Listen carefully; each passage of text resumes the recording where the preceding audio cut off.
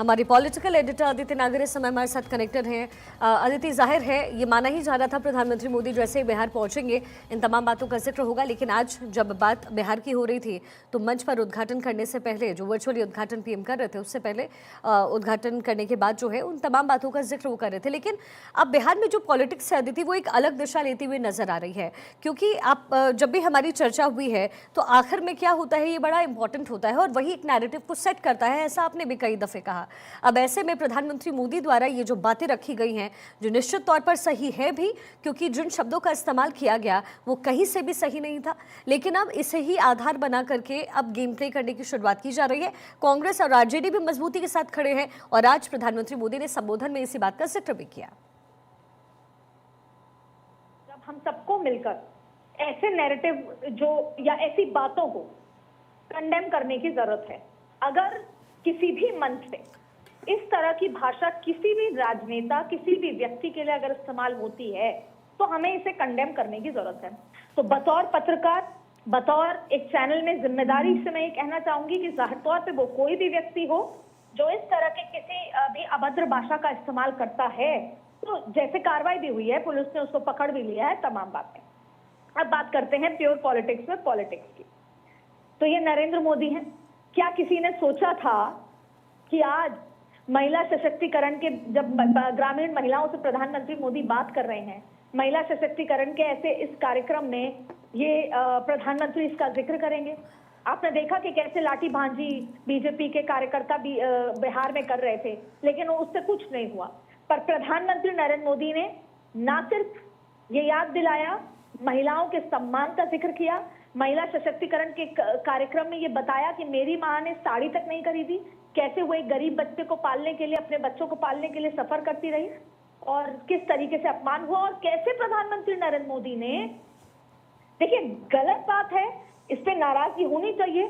कोई और व्यक्ति होता तो शायद वो अभद्र भाषा में इसका रिप्लाई करता, कोई और होता तो शायद उसको गुस्सा आता, वो मारता, न जाने क्या क्या। अगर आप और हम भी अपने आप पर ये बात लें तो हम इस पे रिएक्ट करते, अलग तरीके से रिएक्ट करते। प्रधानमंत्री नरेंद्र मोदी ने पॉलिटिकली रिएक्ट किया।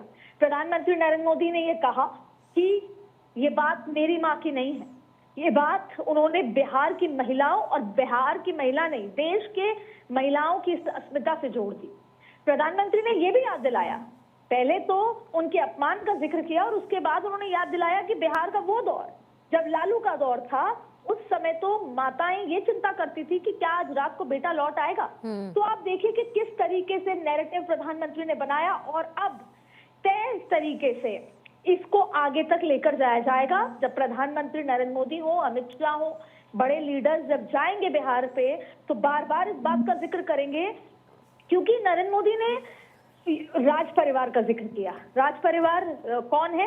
राहुल गांधी हैं, तेजस्वी यादव है, कि उनको क्या फर्क पड़ता है? उनको इस बात का पता ही नहीं है कि माँ का स्वाभिमान, माँ के लिए ऐसे शब्द इस्तेमाल करना क्या होता है। और सीधा सीधा जिस तरीके से प्रधानमंत्री नरेंद्र मोदी ने टारगेट किया, वो अपने आप में जो पॉलिटिकल नैरेटिव आज छोड़कर आया है। और फिर अपील भी की, और अपील ये कही कि जब अगर आप आरजेडी का या कांग्रेस का कोई नेता देखें तो इनको बताइए कि माँ का स्वाभिमान क्या होता है, माँ का सम्मान क्या होता है। और बार बार उन्हीं ग्रामीण महिलाओं को ये बताया कि किस तरीके से मेरी माँ ने स्ट्रगल किया, और ये बात सिर्फ मेरी माँ की नहीं, ये पूरे देश की महिलाओं की बात है, और ये हम बर्दाश्त नहीं करेंगे, और ये आप मेरा मदद करेंगे। ये लड़ाई मेरी नहीं है, ये लड़ाई आप लोगों की है, और आपको ये बताना होगा। मैं ये इस तरीके से इसलिए बता रही हूँ क्योंकि मैंने आज प्रधानमंत्री मोदी के जब भाषण को सुना तो पहले उसको इमोशनल एस्पेक्ट और फिर उसका पॉलिटिकल एस्पेक्ट को डिकोड किया, जो मैं अभी आपसे चर्चा कर रही हूँ। जी बिल्कुल। बीजेपी को भी देश के स्तर पे समझना होगा कि क्यों नरेंद्र मोदी वो लीडर हैं जो किसी भी एक मुद्दे को इतना बड़ा बना देते हैं। स्वाभाविक रूप से ये मुद्दा बड़ा है, लेकिन अब विपक्ष को क्या समझने की जरूरत है? विपक्ष को समझने की जरूरत है, भले ही इससे विपक्ष ने कहा कि ये बहुत छोटी बात को बड़ा बना दिया, ये छोटी बात नहीं है।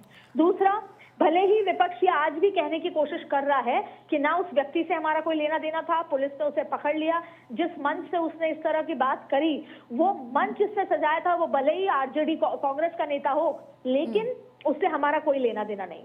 लेकिन क्या चाहिए था कि राहुल गांधी एक ट्वीट करके बोलते कि कांग्रेस इस विचारधारा को नहीं मानता, कांग्रेस इस विचारधारा से अलग है और उसको कंडेम करना चाहिए था, लेकिन नहीं किया गया। और यही गलती राहुल गांधी ने कर दिया, क्योंकि अब प्रधानमंत्री ने ये नैरेटिव महिलाओं के माध्यम से कि बिहार, शिखा आपसे ज्यादा कोई नहीं समझ सकता कि आत्मसम्मान की बात हो, महिला सम्मान की बात हो, बिहार एक इमोशनल स्टेट है, वहां पे इमोशंस का बहुत, परिवार का इमोशंस का, माँ का, भाई का, बहन का एक इमोशन कनेक्ट होता है और आज प्रधानमंत्री ने वो स्टैब्लिश कर लिया। अब मैं आपको 2007 लेकर चलती हूँ।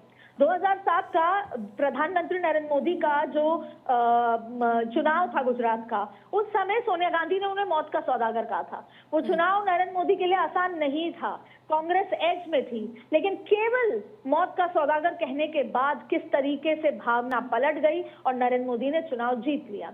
और इसी के साथ साथ आप देखिए, कई बार प्रधानमंत्री ने याद दिलाया ना कि मुझे तो कई बार नीच कह दिया जाता है, मुझे तो कई बार तमाम तरीके की बात, नीच राजनीति की बात प्रियंका गांधी जिक्र कर चुकी हैं, और ऐसे तमाम लोग हैं जो कई तरह की जो गालियां हैं, अपशब्द है, प्रधानमंत्री के लिए इस्तेमाल कर चुके हैं। लेकिन अगर इतिहास से देखेंगे शिखा, आप इस बात से इत्तेफाक रखेंगी कि नरेंद्र मोदी को जब जब अपशब्द दिए गए हैं, वो बड़े व्यक्ति बन के उभरे हैं। उन्होंने उसका सीधा संवाद लोग से किया है और लोगों को बताया है। गुजरात में कई बार ऐसा हुआ है, मौत का सौदागर, नीच कह दिया, तो उन्होंने कहा था कि मेरे कुल को नीच का, मुझे नीच का और मैं गरीब व्यक्ति को नीच का, और हम जवाब देंगे, और जवाब दिया गया। और हर बार प्रधानमंत्री राजनीतिक लिहाज से बड़े निकले और इमोशनल सपोर्ट मिला। तो अब आने वाला वक्त बताएगा कि ये कितना बड़ा फ्लॉ या कितना बड़ा गलती जो है कांग्रेस से हो चुकी है।